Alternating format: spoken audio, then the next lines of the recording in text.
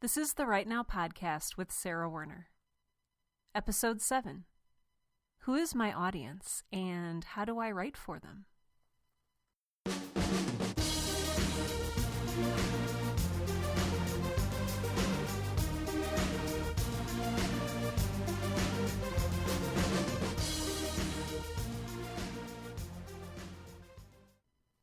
Welcome to Right Now, the podcast that helps aspiring writers to find the time, energy, and courage you need to pursue your passion and to write every day. I am your host, Sarah Werner, and I want to start off this week's episode by talking a little bit about perfectionism.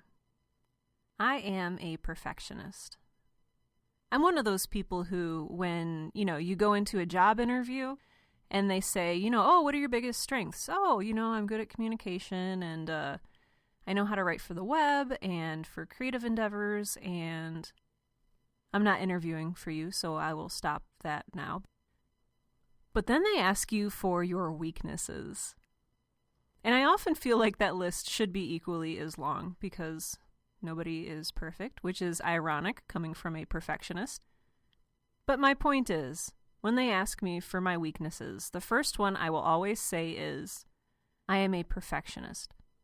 And of course, during a job interview, we all kind of skew that to a more positive light. So, my biggest weakness?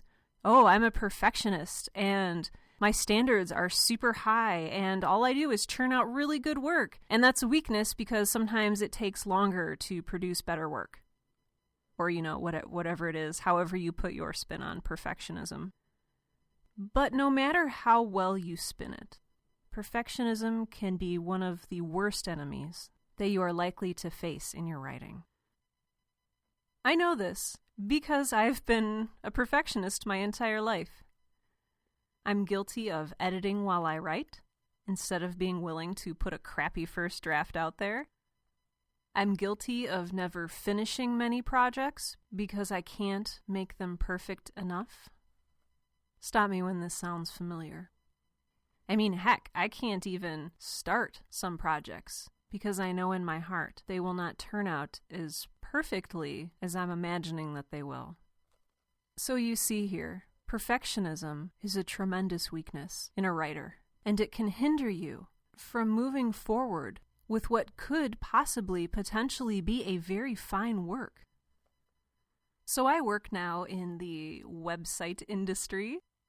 I do content strategy for websites. I do online marketing. And the problem is, these projects eventually have to be finished. They have to go out the door, whether I'm ready to part with them or not, whether they are up to my extremely exacting standards or not. This has been a challenge for me. It has definitely been something that I have been forced to wrestle with. Because in my industry, we have a saying, which is, done is better than perfect. And you know what? There is something to that. While I don't have the satisfaction of having every single project I work on turn out to be super perfect, I do have the satisfaction of actually finishing something. And it is a good feeling. Because you've accomplished something, but you can also move on to something else with a lighter spirit. So why am I talking to you about perfectionism? Well, I don't even know if I should admit this to you, but I will because I'm that kind of person. I didn't like the podcast episode I recorded last week. I didn't. In fact, I hated it. And after I finished recording it, it was incredibly late, and I was incredibly tired and burned out from a long day. I'm sure you know what that feels like. And I was sitting here in my chair, staring bleary-eyed at the screen of my computer. You may have noticed that episode 6, last week's podcast, was only about 24 minutes long instead of the usual kind of half hour. That's because I edited out a lot of stuff. And if I would have had my way, I would have continued editing it for the next several days and probably distilled it down to one perfect word or one perfect spot of silence. Because that's how a perfectionist works. So I edited out this opening chunk that I didn't like. It was a kind of bitter-sounding rant, and I didn't realize when I was recording it that it sounded bitter. But it was bitter. And I wasn't proud of what I had recorded. Because while it was still truthful, and while it was still genuine, and while it was still my voice and my words, it wasn't a perfect aspect of myself that I wanted to share with you. Because let's face it, as much as we want to be perfect, a lot of perfectionism is simply convincing other people that we're perfect. And I wanted so bad to convince you that I am perfect, even though you know I'm not. I know I'm not. So I trimmed the episode down to 24 minutes. I took out the angry, bitter rant to preserve the more lighthearted, positive feel of the show. And I seriously wrestled for hours and then for the next couple days afterward with the question of, should I scratch that episode and re-record? I think that's something all creative types will understand, whether you are a writer or an architect or a designer or a painter or someone who creates jewelry to sell on Etsy, that the creative process is so much more than the end product. So those earrings that you made, the people who buy those from your Etsy store don't necessarily think about the sketches you went through to design them, the trip to the craft store to purchase beads and other materials, the classes that you took. I obviously don't make jewelry, but I'm making some assumptions here. The people who buy your jewelry just see the jewelry. They don't see all the toil. They don't see all the strategy and the process of the art that went into creating it. It's the same thing with podcasting, and it's the same thing with writing. I think it was Hemingway who said very famously that for every 100 pages of manuscript I write, I throw away 99. A lot of the times, the finished product only represents about 1% or 10% or 15% of the effort you actually put in. I remember every year we used to go and visit my Aunt Diane in Washington, D.C., and we would go to the National Gallery, where there's all sorts of incredible works of art. And my sister Rachel was looking at a Mark Rothko painting, and she said, "Well, I could do that." And you know what? She probably could have. Mark Rothko was a very famous abstract expressionist. And the painting that my sister was looking at was, I think the top half of the canvas was orange, and the bottom half of the canvas was red, and that was all. And of course she could have done something like that. Heck, I can do something like that. But that's not what the painting is about. I will leave art history and art criticism to the art historians and the artistic critics. But there's so much more than what you can see. There's technique, there's history, there's motive and intent. There's color, there's shape, there's expertise, there's emotion. It's so easy to separate the product from the process, especially if none of your blood, sweat, and tears went into it. But resist that temptation. Creating art, creating jewelry, creating podcasts, creating manuscripts, writing novels. This is an art. And art is about the process and the product. So I won't tell you not to rush through the process to get to the product. I won't tell you that, because I'm not necessarily certain how true that is. But what I will tell you is not to devalue the process. Whether you take it fast or slow, whether it's easy or fraught with peril and emotion, as so many works of art are, make sure that you're really experiencing it, and that you are learning and growing from those experiences. So let's bring this back full circle. I recorded a podcast, and for you it may be You wrote a short piece of fiction. You wrote a poem. You wrote the first 35 chapters in a novel that doesn't seem to be going anywhere. And you hate it. And you want to stop. And you want to fix it. And yeah, you can fix it. That's what editing is for. But keep going. Work through the process. Done is better than perfect. For me, the lesson was, Sarah, your time is very limited. You work full-time. You have your family to take care of. You're involved in a million things. You've been getting up at 5 a.m. to get time to yourself. When on earth are you going to sit down and outline and record and edit a replacement podcast? And I didn't want to face the answer, because in a way it meant that I was trapped with giving you a substandard product. I really hate referring to artistic endeavors as products, but as the lingo goes, so do I suppose. But then I remembered, done is better than perfect. If I let myself re-record this episode, then I am going to start re-recording every episode, and I do not have time for that. And so I decided to take a risk and share something with you that I wasn't especially super happy with or proud of. I asked my friend Peter, who has served as kind of a podcasting mentor for me. So in my show notes, which I type up after I'm done recording, should I apologize? Should I say, you guys, I'm so sorry, this was not a great podcast episode, I will try better next time? And he told me Peter is one of the calmest people I know ever. So he told me in his almost excruciatingly and wonderfully calm voice, no, Sarah, I'm glad you released the episode.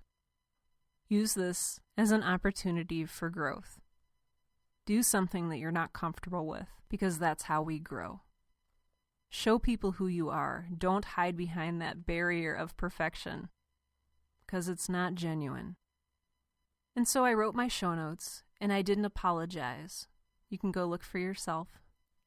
But it did get me thinking about something that plagues us all as writers, as creative people, and that is fear and doubt. Fear that we won't be what we want to be, that we won't be perfect, that other people won't see us as perfect and flawless and successful and enviable, and doubt of our own self-worth, doubt of our own abilities and talents and skills, doubt of our purpose. It's easy to produce something that's not really great and to spend the next, 10 years cursing yourself and saying, is this really what I should be doing?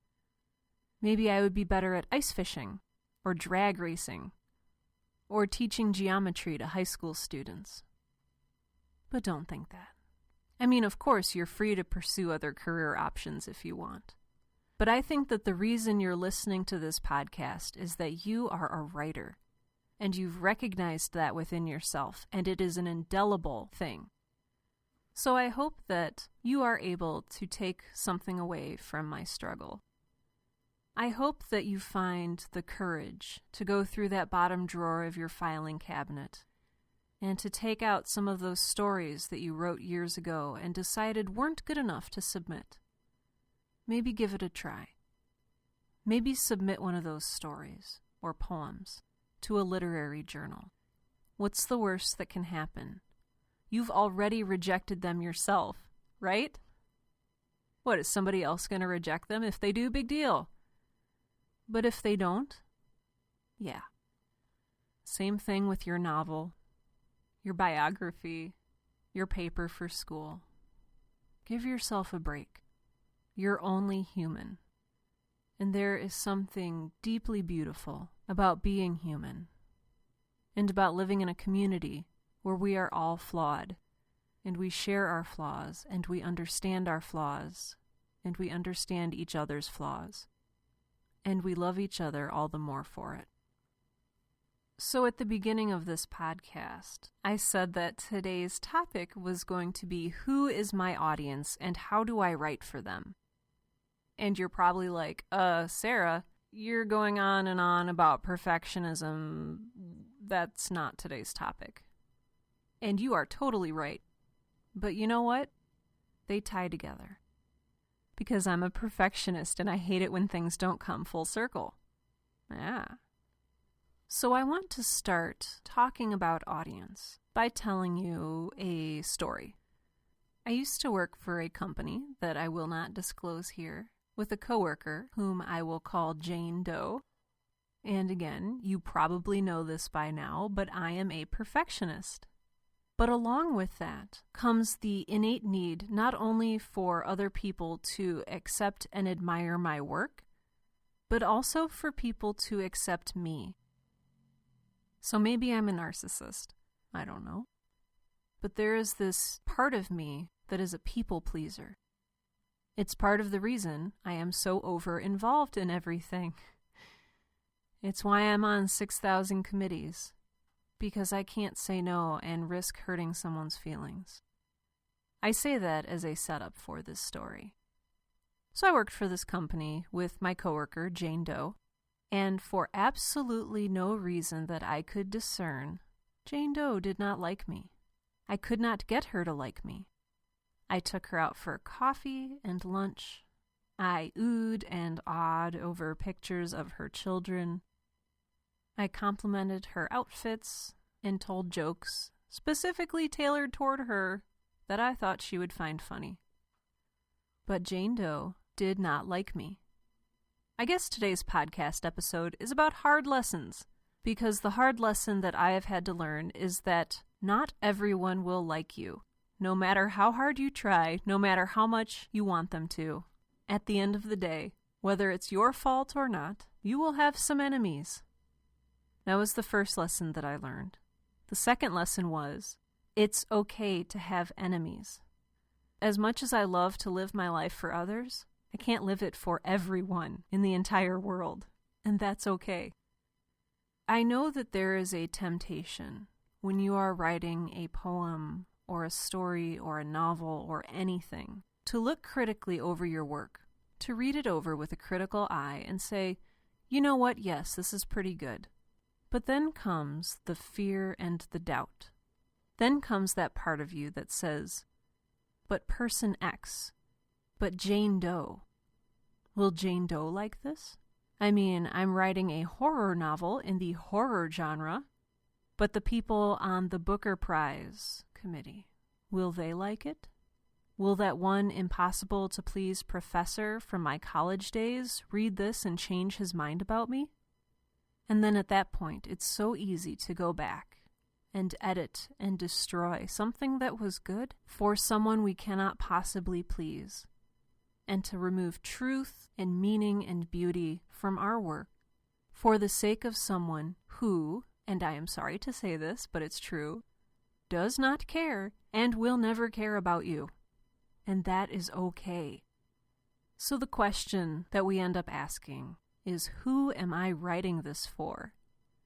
The super obvious answer is, you're writing this for your readers. Okay, yes. So who are your readers? I want to answer that in two ways. The first one I've talked about a little bit before, and that is, readers of a certain genre will have certain expectations. The romance genre is a really great example here. There are certain things that your readers expect and that you kind of must adhere to in order for your book to work and to meet your readers' expectations. There needs to be an interesting heroine, a charming / hunky / whatever floats your boat type of hero, a conflict that threatens their relationship, and a happily ever after ending for the couple. It is probably extremely difficult to go to your local bookstore, browse the romance section, and find a romance novel in which one of the two main characters dies tragically. Readers of certain genres have expectations. If you are writing in the horror genre, your book should probably be a little weird or disturbing or troubling or scary, horrifying, if you will. So in my work, I do a lot of strategy around web writing. And I often have to explain to clients that web writing and writing for print are actually very different. People read differently online than they do on paper. They expect a different sort of voice than they do between, say, a printed brochure and the homepage of your website. There's certain parameters. Paragraphs need to be shorter, sentences need to be shorter. It's okay to use I and we and you. And when I talk to clients about writing for the web, the number one thing I ask them to define before we start any project is, who is your audience? Who are you writing for? Because we need to understand who we're writing for before we can write for them. And so discovering who that audience is can be kind of challenging. Not only because we tend to make assumptions, or because we include Jane Doe and spend too much time trying to please someone who will never probably read our work, but you have to realize that yes, you're writing for other people, but you are also writing for yourself. That process, those hours of strategy and outlining and character creation and careful study of poetry, that's all for you. Your reader is not going to see all that effort that you put into creating your product. Again, I hate the word product, but I'm using it. That process is for you. I know that sometimes I have the tendency to ask a very destructive question. And that question is, who would ever want to read this? Well, you know what? I have an answer for you. The answer is someone. Really. Someone somewhere is going to read what you've written and enjoy it. No matter how weird or terrible you may think it is, someone somewhere is going to enjoy what you've created. Maybe not everyone, maybe not Jane Doe, and maybe not even the majority of people, but rest assured that there is someone who will find meaning in your work. And so my best advice to give you is write first for yourself. You are your book's first reader. I've said that before. That comes from Stephen King's book on writing, and I will probably say it again. And if you are not enjoying your book, if you're not having fun writing it, if it's not taking you to unexpected places and surprising you and delighting you, then it will probably fail to do that for your readers. So write for yourself. Use it as a journey. Use it as that process to distill and refine who you are, to discover things about yourself. And then when you're done, when you have pushed perfectionism aside and decided that you are finished with your first draft, that's when you start thinking about your audience. That's when you edit. Is this sentence clear? Is this concept understandable? When we ask, who is my audience? There's something mildly terrifying, if you are an introvert like me, about thinking about your book in the hands of a lot of faceless, judgmental people. You know, your audience. And it can become paralyzing to think of Jane Doe and your parents, or your siblings, or close friends, or your pastor at church, or your sweet Aunt Dorothy reading this book. You want to take out that steamy romance scene because we can't let Aunt Dorothy read that. We need to take out some of those swear words because Mom won't be okay with that. Her heart will explode. You see where I'm going with this. That's why I say write first for yourself and then edit for your audience. Okay, so who is that audience? You're probably not going to like this answer. But when you think of your audience, I want you to think of one person. Not the judgmental masses, but one person who is kind-hearted and earnest and wants to see you succeed, who will not judge you or tear you down, but who will only build you up and give you criticism, yes, but constructive criticism that will help you. My husband is a novelist, and he says that it helps him sometimes to think of only writing for one person. And I've seen the screensaver on his computer when he steps away, and it comes up, and it says, "Write only for Sarah," which I think is really sweet. So thank you, Tim. For me, it also helps to write for just one person. It keeps your writing from being too self-conscious. It keeps you from destroying some of the best parts of your own work because you're afraid that others won't like them. When I write, and I've never told this to anyone before, so you are the first. When I write for one of the greatest encouragers that I have ever known. I had the great privilege of attending Valparaiso University in Indiana and studying with Professor Walter Wangerin Jr., who won the National Book Award in the 70s for The Book of the Dun Cow. And Professor Wangerin had this truly great gift of connecting. He was a people person, but he was a people person who understood art and the struggle and the journey and the process, and could pinpoint what you were going through with a particular work and pull out and highlight the good. He stopped teaching soon after I graduated. He fell ill with lung cancer, and he got thin, and he looked old. But on my desk, where I do my creative writing, I have a picture of him as I remember him. And he's smiling his crinkle-eyed smile and exuding warmth and patience and encouragement, and I can still remember him saying that he believes in me. And so when I write, it's that essence of that person who helps to dispel the fear and the doubt. I hope that after you're finished writing for yourself, you have someone like that you can edit for. That audience of one who cares about your work and can't wait for you to finish it. So what I'd like you to take away from today's podcast is write first for yourself. Write the book that only you can write. Share the story that only you can tell.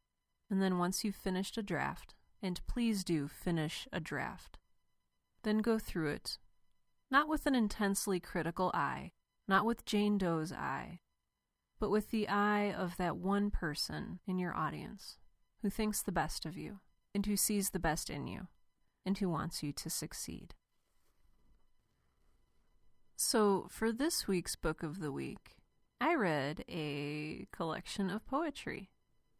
This is one of my absolute favorite collections. I first discovered it in college when I was working for the Project on Civic Reflection through the Lilly Foundation. And this is a collection of poems called Staying Alive, Real Poems for Unreal Times. And it's edited by Neil Astley. And I would encourage you to pick up a copy, sight unseen, because it is an incredible work.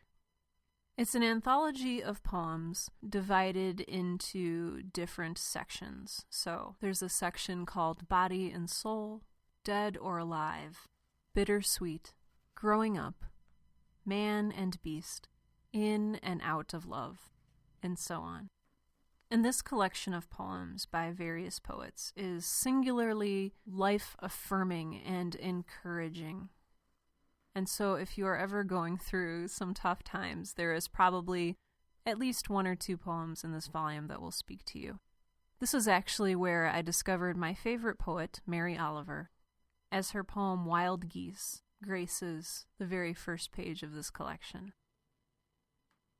I want to say how, childishly excited/delighted I am that you are listening to my podcast. I've never done anything like this before. I've never taken a risk like this on my own accord. But I'm doing it, and people are listening to it, and I'm so grateful that you're tuning in. There's something so lovely and affirming about being seen. And so, thank you. I would also like to thank my first 2 Patreon donors. I've mentioned before that I run this podcast on my own time and my own dime, not for profit. And if you would like to consider donating to help me keep this going, you can do so through Patreon, which is a very secure and easy to use platform that I will link in the show notes for this episode, in a link that says help support my podcast. But I would like to specifically call out Sean Locke, official rad dude, for his very generous contribution. Thank you, Sean. If you want to be awesome like Sean, you can do that through my website. You can also contact me with questions or anything that you'd like to see on the show. Just go to sarahwerner.com, sarahwerner.com, and go to the contact page. There's an easy little form to fill out. You can also email me at hello@sarahwerner.com. Also, I have an email mailing list, and I am a kind of sporadic person. And so I will not tell you that you will receive exciting emails from me once per week on Tuesdays at 9:30 a.m. because that's not how I work. However, I will tell you that if you go to my website and sign up for my email mailing list, that you will get surprising and fun and delightful emails whenever I feel like sending them out. Isn't that delightful? The answer is yes.